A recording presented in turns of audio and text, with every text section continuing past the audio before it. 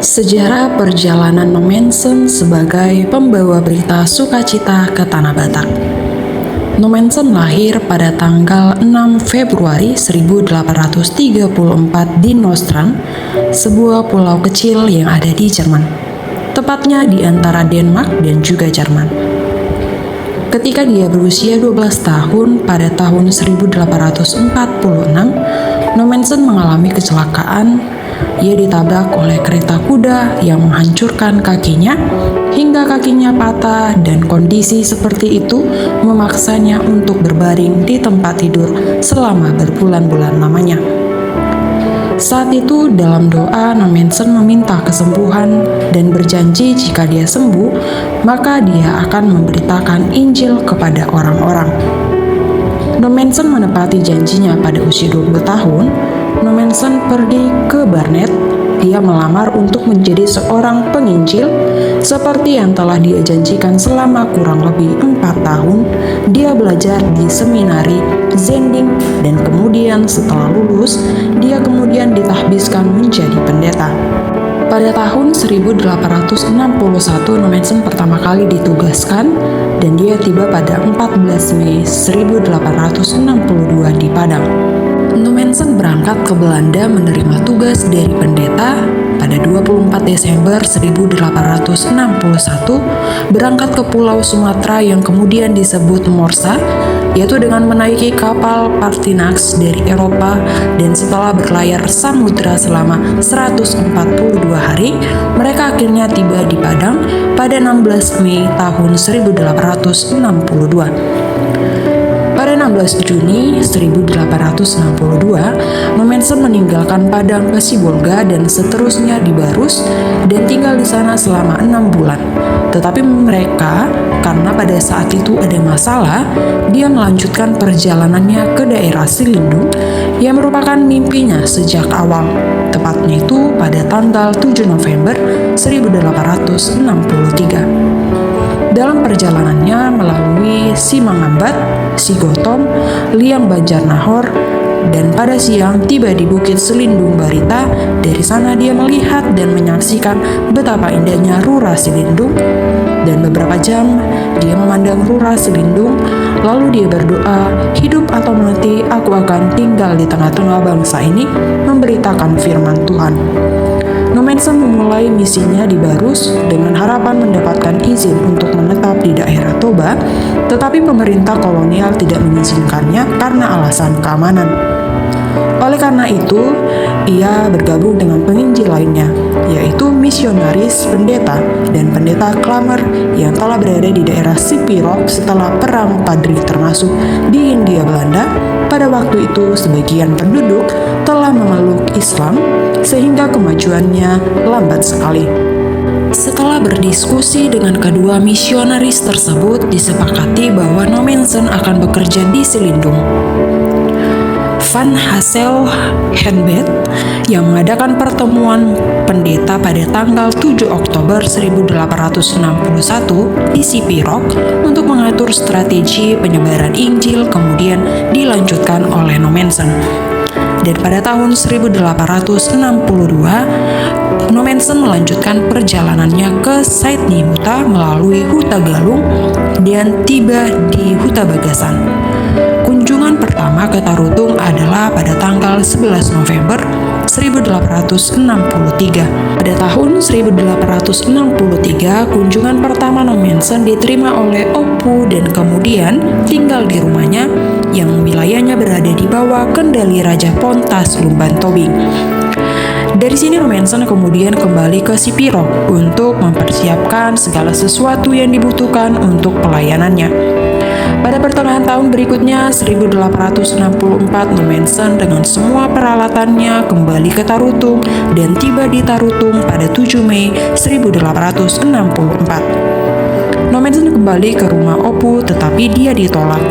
Selama penolakan Nommensen untuk tinggal di Onansi Tahuru dan naik di Sopo Raja Opu sendirian, tidak berapa lama kemudian Nommensen tinggal di Sopo karena dengan segala macam cara dan alasan oleh raja-raja setempat untuk menolak kehadiran Nommensen di tempat itu.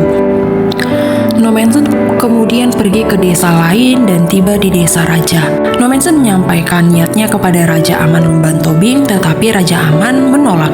Nomensen kemudian meminta utusannya untuk kembali menemui Raja Aman Lumban Tobing untuk kedua kalinya dengan pesan bahwa ketika raja kembali dengan selamat, penyakit istrinya akan hilang. Raja Aman kemudian berkata jika kata-kata Nomensen benar, maka dia akan mengizinkan Nomensen untuk tinggal di rumahnya.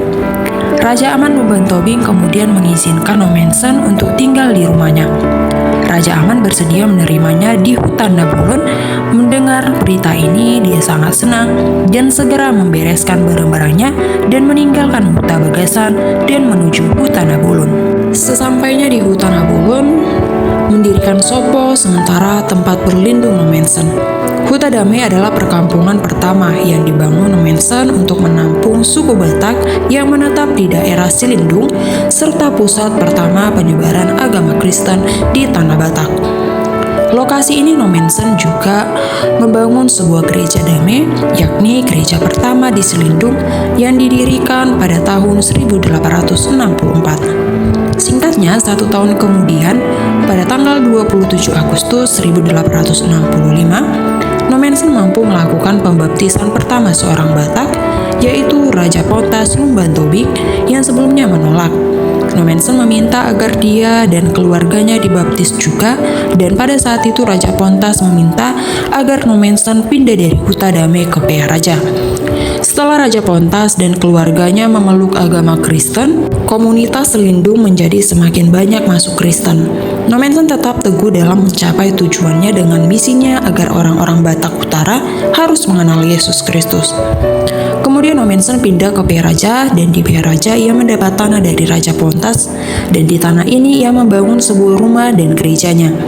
Nomensen membangun gedung gereja, sekolah, dan rumahnya di Pea Raja, dan hingga kini Pea Raja tetap menjadi pusat gereja HKBP.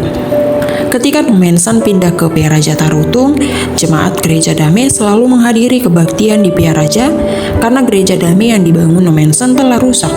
Lulusan sekolah menjadi guru Injil dan guru sekolah di kemudian hari. Sekolah ini dipindahkan ke Sipaholon.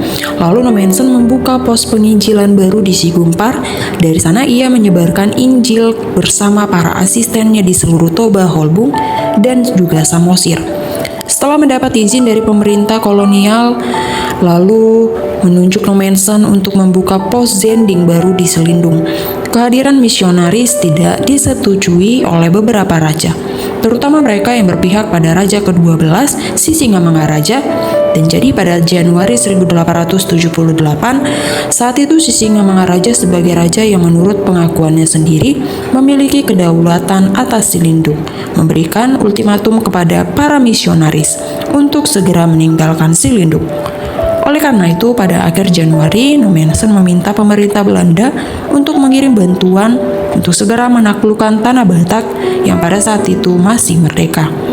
Pada tahun 1880, Nomensen meninggalkan Pea Raja dan melanjutkan misinya ke daerah Toba, tepatnya Lagu Boti, dan memberitakan Injil ke daerah seperti Bahal Batu, Paranginan, Lintong Nihuta, Sipahutar, Lagu Boti, Palipi, Mogang, Pangururan, Samosir, dan Sigumpar. Dan pada tahun 1881, setelah kembali dari perjalanan di Eropa, Nomensen dianugerahi gelar Eporus, dan gelar ini adalah gelar tertinggi dalam organisasi HKBP. Dan pada tahun 1946, Mendiang juga dianugerahi gelar kehormatan Doktor Geologi dari Universitas Bonn. Akhirnya Nomensen meninggal di Sigumpar pada 23 Mei 1918 dan dimakamkan di Sigumpar. Dan pada tanggal 24 Mei tahun 1918, ia mengabdi di Tanah Batak selama 57 tahun. Nomensen meninggal genap pada usia 84 tahun. Sekian untuk sejarah perjalanan Nomensen sebagai pembawa berita sukacita ke Tanah Batak. Shalom.